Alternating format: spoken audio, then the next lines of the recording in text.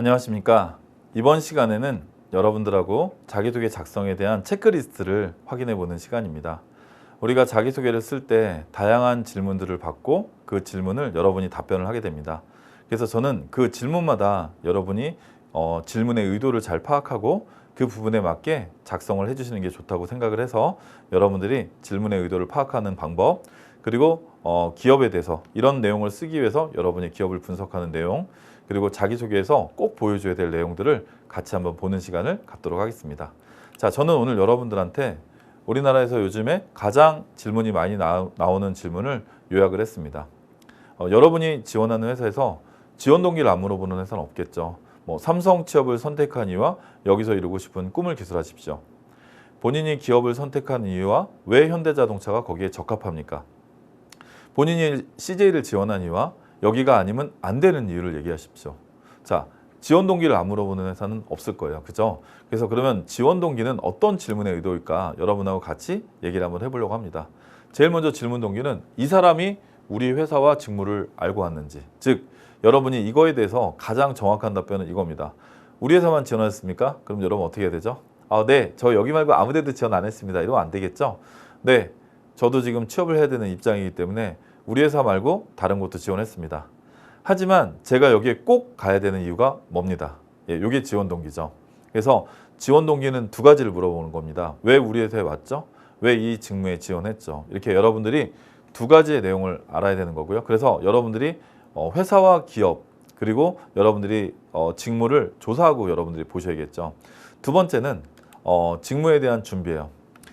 이것도 안 물어보는 회사는 없어요. 자, 본인이 지원한 분야에 대해서 어떤 일을 하는지 설명하고 그 분야에 대해서 본인이 어떻게 노력해 왔는지 설명하시오. 우리가 회사를 지원할 때 회사가 이걸 안 물어보는 회사는 없을 겁니다. 이 세 가지는 여러분이 지원하는 회사에서 안 물어보는 회사는 없을 겁니다. 이거는 뭐냐면 내가 지원한 분야에서 여러분이 충분히 적성에 맞고 잘 준비해 왔는지를 보는 거죠. 그래서 여러분들이 내가 지원한 직무는 어떠한 직무 역량이 필요하고 그 분야에 오기서 나는 어떻게 준비했습니다. 이렇게 여러분들이 하려면 이것도 조사를 하셔야 돼요. 자, 세 번째는 뭐냐면 입사 후 포부예요. 그래서 제가 여러분한테 얘기하는 건 내가 지원한 직무에 대해서 구체적인 계획과 실천력을 가지고 있는지. 자, 그러면 제가 거꾸로 얘기하면 많은 학생들이 이런 얘기를 많이 쓰거든요. 네, 제가 입사하면 제 분야의 전문성을 쌓기 위해서 누구보다 열심히 노력하겠습니다. 그리고 항상 선배님들의 말씀에 귀를 기울이며 누구보다 열심히 노력해서 제 분야의 자격증도 취득을 하겠습니다. 특히 제 분야의 자격증을 취득한 이후에는 필요하면 대학원에 가겠습니다. 또 그러한 노력과 준비를 가지고 우리 회사의 최고의 인재가 되겠습니다. 자, 이렇게 쓴다는 거죠. 자, 그런데 우리가 이걸 봤을 때, 자, 이게 여러분이 봤을 때는 입사 포부로 느껴지시나요? 맞긴 하죠. 그렇지만 이 입사 포부가 우리 회사가 아닌 다른 회사에 가서 쓸 수 있을까요? 없을까요? 다른 회사 가서도 쓸 수 있다는 거죠. 그래서 제가 여러분한테 얘기하는 입사 포부는 내가 가는 분야에 대한 구체적인 계획이 명확하게 보여져야 된다는 얘기입니다. 그래서 여러분이 좀 더 구체적이고 명확한 걸 보여줬을 때 회사도 여러분들에 대해서 신뢰를 할 수 있다는 거죠. 자, 그래서 우리가 일반적으로 많이 물어보는 이 질문은 여러분은 빨간색으로 표현한 게 뭐냐면 안 물어보는 회사도 없고 여러분이 명확하게 준비를 해야 된다는 입장에서 여러분한테 말씀을 드렸습니다. 그리고 요즘에는 사례 같은 걸 많이 물어봐요. 본인이 열심히 도전했던 사례를 얘기해 보세요. 또 본인이 열정적으로 최선을 다했던 사례를 얘기해 보세요. 이렇게 다양한 사례들을 물어봅니다. 그러면 이제 이 사례는 무엇을 물어보는 걸까요? 이 사람이 우리 조직에서 나 아닌 다른 사람과 함께 할 수 있는 사람인지, 또 그걸 기반으로 해서 성과 낼 수 있는 사람인지를 본다는 거죠. 그래서 여러분이 우리 조직에서 함께하고 성과 낼 수 있는 사람인지 이 성과라는 측면을 본다는 거죠. 그래서 여러분이 그런 내용을 기술을 하실 때는 그런 부분을 고려하셔서 잘 작성을 하셔야 될 것 같아요. 자, 마지막으로 많이 물어보는 질문 중에 하나가 이런 걸 물어봅니다. 본인이 살면서 본인 성장 과정에서 가장 큰 영향을 미쳤던 사건을 기술해 주십시오. 또 우리 회사 인재상 중에 한국전력은 이렇게 물어보더라고요. 도전적 인재, 기업가형 인재, 융합형 인재 중에서 본인이 적합한 항목을 기술해 주십시오. 자, 이렇게 성장 과정이나 인재상 이런 것들을 물어봐요. 자, 회사가 무엇을 보려고 할까요? 핵심은 그 내용은 뭐냐면 이 사람이 적어도 올바른 가치관을 가지고 있는지. 요즘에는 참 회사에 들어와서 적응을 못하고 나가는 사람들도 많잖아요. 1년 안에 그만두는 사람이 약 20%에서 25%가 그만둔다고 하는데 1번이 직무가 적성에 맞지 않아서, 2번이 조직 부적응이거든요. 그래서 이제 이 사람이 올바른 가치관을 가지고 충분히 우리 회사에 와서 기여할 수 있는 사람인지 이런 내용을 본다는 거죠. 자, 그래서 이제 여러분들하고 이 부분을 봤고요. 자, 그래서 여러분들이 이걸 할 때는 사전에 분석을 하고 조사를 해야 되는 것이 있는데 뭐냐면은 첫 번째는 여러분이 가는 분야의 산업의 특성이에요. 이 산업의 특성은 굉장히 중요한 게 나는 기업을 지원하지만 그 기업은 산업 안에 들어가 있잖아요. 그래서 여러분이 산업의 특성을 잘 이해하고 있으면 굉장히 다양한 회사를 지원할 수 있겠죠. 그래서 여러분들이 이러한 산업의 특성을 명확하게 보여줘야 된다는 것. 자, 두 번째는 내가 지원한 분야의 제품, 가치, 기술, 서비스의 트렌드예요. 즉 내가 가는 분야가 요즘에 어떻게 바뀌어가고 있는지, 특히 최근에는 코로나라는 상황이 있기 때문에 변수가 굉장히 많죠. 그래서 그런 상황에서 우리 제품 기술의 트렌드가 어떻게 바뀌어가는지. 세 번째는 요즘 이슈예요. 요즘 이슈 중에서 가장 이슈가 되는 핫한 이슈. 뭐 예를 들어서 뭐 내가 자동차 회사다 그러면 지금 수입 수출이 안 되는 상황이죠. 잘. 그리고 다른 제품군도 마찬가지입니다. 또 하나는 요즘에 온라인이 굉장히 대세가 되고 있습니다. 우리도 이렇게 온라인으로 만나듯이 온라인이 대세가 되는 그런 트렌드죠. 그래서 이제 이런 부분에 대해서 이슈가 어떻게 바뀌어가고 있는지. 그 다음에 신제품 전략은 어떻게 되고 있는지. 이러한 변화의 트렌드에 맞게 신제품 전략은 어떻게 되는지 이런 부분들도 여러분이 명확하게 보여주셔야 된다고 생각을 합니다.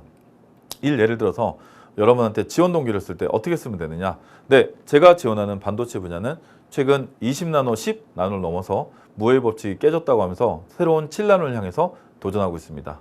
이러한 가운데 제가 지원한 분야의 제품은 특히 7나노부터 ASML이라는 장비 한계로 봉착을 하기도 했지만 이러한 문제가 해결되면서 최근 삼성전자는 5나노, 4나노를 위한 새로운 개발에 박차를 가고 있습니다. 특히 이번에 만든 공정은 최적화된 공정을 기반으로 공정의 밸런스를 구현하고 있습니다. 또 제가 지원하는 패션 분야는 최근 SPA 브랜드가 대세가 되고 있습니다. 이러한 트렌드의 핵심에는 SCM 즉 Supply Chain Management를 기반으로 한 Just in Time 즉 적시 생산이 가장 중요한 이슈가 되고 있습니다. 그렇기 때문에 SPA 브랜드의 대세가 그러한 공급망을 최적화해서 운영하고 있습니다. 자, 이런 부분들이 여러분들이 잘 얘기를 해야지 이 회사에 적합하다고 느껴지겠죠. 그래서 제가 여러분한테 말씀드리고 싶은 거는 여러분이 자료를 좀 분석을 하셔야 됩니다. 그래서 이러한 세리 같은 삼성 연구소에 가서 여러분들이 산업에 대한 분석 자료가 많아요. 세리의 홈페이지에 가입하고 여러분이 한번 이런 산업 분석에 대한 자료도 찾아보시고요. 한번 쳐보시죠. 뭐 자동차, 뭐 아니면 반도체, 아니면 패션, 의료 이렇게 쳐보시면 되고요. 또 네이버라는 데에 가면 인사쟁이라는 카페가 있는데 여기에도 직무에 대한 분석적인 내용이 많이 나옵니다. 그래서 내가 가는 직무가 어떤 일을 하는지 여러분이 한번 찾아보시면 좋을 것 같아요. 그리고 CMO라는 거는 여러분들이 산업 트렌드를 분석할 때 기업 산업의 이해라는 항목이 있거든요. 거기에 들어가셔서 여러분이 자료를 조사하셔도 좋을 것 같습니다. 그리고 논문도 좀 검색을 하고 다트는 이제 전자공시 시스템이라고 하는 그런 정보 자료죠. 예, 이런 데 가서 기업 정보도 분석하고 레이팅이라는 데 가서 이렇게 회사 신용 정보도 여러분들이 찾아보셨으면 좋겠습니다. 제가 지금 여러분한테 말씀드린 사이트는 인터넷에서 치시면 바로 들어갈 수 있는데 거기에서 여러분 관심 분야 또 관심 회사에 대해서 키워드를 쳐보시면 자료가 잘 나와 있을 거라고 생각을 합니다.